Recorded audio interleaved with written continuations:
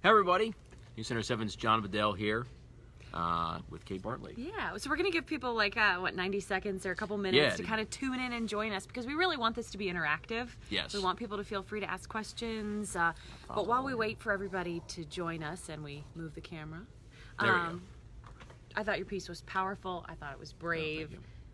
And I thought it was entertaining. I mean, I really liked learning more about Tourette syndrome because I don't know a lot about it. And I think you surprised a lot of people. You know, I think even in the newsroom, we heard a lot of people say they had no idea that this was an experience you had. Get that a lot. Yeah, and I think it was really inspirational. You saw a couple kids in John's piece who are also, kind of traveling the same journey you are, and I think it's really important for people to see people like you and David Begnaud from CBS News who are setting such a wonderful example for anybody who feels like they're a little bit different than anybody else. So thank you. Well, you're welcome. And it's one of those things where I think my wife and my closest friends, going back to high school, would tell you that I've always been a very informed and educated and powerful advocate for myself. Mm-hmm. And Linda's joining us. She has Tourette syndrome, so thanks for joining us, Linda.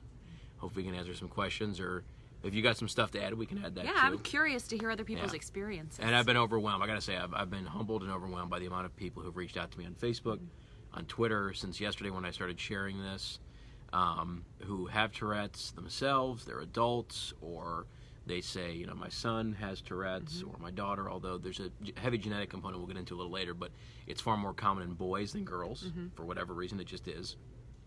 And they've told me, I have Tourette's, and I think that story's great, it's so inspirational, or my grandson, my granddaughter, my son or daughter has Tourette's, and it's a great thing you're doing because I've just decided that when I talked about that advocacy, I was inspired to turn that advocacy for myself more outwardly facing and make it more public, because I know how much it meant to me as a kid with a recent diagnosis at age 11. It was the summer before my 5th grade year after I started having my tics in 1st grade. I knew how much it meant to me to hear from someone who had Tourette's, who also happened to have Tourette's, and who was successful. Like for me, the first guy I connected with was Jim Eisenreich. He was a former Major League Baseball player. I'm still a big baseball fan today. I was when I was a kid. And I played baseball, and I thought, wow, it's if this guy who, he had just won the World Series with the Marlins, which killed me as an Indians fan, in 1998, when I was diagnosed the year before he'd won the World Series, so I knew of Jim. And when I was diagnosed, Mom and Dad reached out to him because he still has a foundation for children with Tourette's that bears his name. Jim had sent me a couple of his autographed cards, one when he played for the Phillies, one when he played for the Marlins, and a letter that basically told me in so many words, hey kid, I know it's tough. I get it. I've been there, but it's going to be okay. That's awesome. And Jim was a guy who would kind of, as I explained to people, come out the other side, as it were. They had been through the tough times as a kid, had persevered, and he was successful. And he was the first one to show me, you might have Tourette's, but it doesn't have you. And any success you want in life is possible, and that was a big inspiration for me as a kid going through some tough times. That's really special. Linda was the one who said she also has Tourette syndrome. She also commented she wasn't diagnosed until she was 31 years old. Oh, wow. Which is really interesting. Yeah, because it's childhood onset, and I know a lot of people, everybody's different than has it. Some people I've talked to think they have it, and it's just gone undiagnosed. Like, for example, David Begnaud thinks his dad probably has Tourette's. He's just never been diagnosed, but it is childhood onset. So I'm pretty typical. Talking to the child neurologist that diagnosed me, we reconnected with him for this story, Dr. Max Wisnitzer, up at Rainbow Babies and Children's Hospital, which was super cool to see him for the first time. It was like seeing an old friend, as my dad said in the piece. So I was pretty typical in talking to Dr. Wiz, where he said, I started showing tics in 1st grade, and I remember just. So it took 3 years for you to actually be into diagnosed? 4th grade, Mom made the decision. My mom's an RN, so she's got some medical background. I remember having tics in 1st grade and being 1st and 2nd grade, and Mom and Dad telling me, not in a short tone of voice or anything like that, but just like, John, stop it, And I would respond like, I can't. I don't know what's going on. I don't know what's causing this. I can't. But that was always my response when I was a kid. I can't. And then 4th grade rolled around, and I don't recall this conversation, but Mom told me when we went back up to their home, my childhood home in January last month, to talk to Mom and Dad. And Mom said I'd come to her in 4th grade and said, Mom, why is this happening? She talked about that in the piece. It was worrying me. I need to find out why this is happening. And it just makes me, so tired, because I had physically debilitating tics as a kid.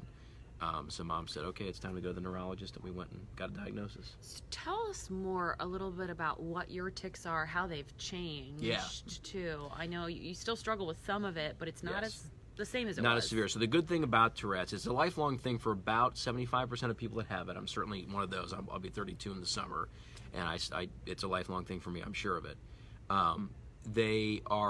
They get better with age. So as the body matures, puberty is a great thing for Tourette's syndrome because, man alive, did it calm my tics down. When I was a kid, Kate, they were constant, all the time. And like what? What did you do? Well, I had I would have to throw my head back really, really severely as a kid. Like it's a lot of like head moving and blinking, and I would have to throw my head back, or I'd have to like extend my arms out like this and bring them up, or I'd have to like kind of when I was standing, I'd have to bring my legs like up. Like a physical urge to do that. Yes, and the way I explain it to people is when you feel them, it's like a sneeze. You can't control it. And you can only hold a sneeze back for so long. And there's almost like this premonition or urge like in my joints when I have to like today I have to like straighten my elbows or some of my finger joints I'll have to like stretch them back or whatever. You can see my eyes, I have some what we call motor tics in my face, blinking. My eyes will close and dart around and I'll frown or like something like this. You can feel a premonition, like if it's in a joint, it's almost like an itch or a sensation that something's like oncoming, and you have to express it because if you try to hold it in, it just comes out in this big old wave, and you can suppress it if you want to, but it's just best to, if you can't, just express them because it just builds up and they just come rushing out in this big flare-up of tics. A lot of people were asking questions, about the fact that they have never noticed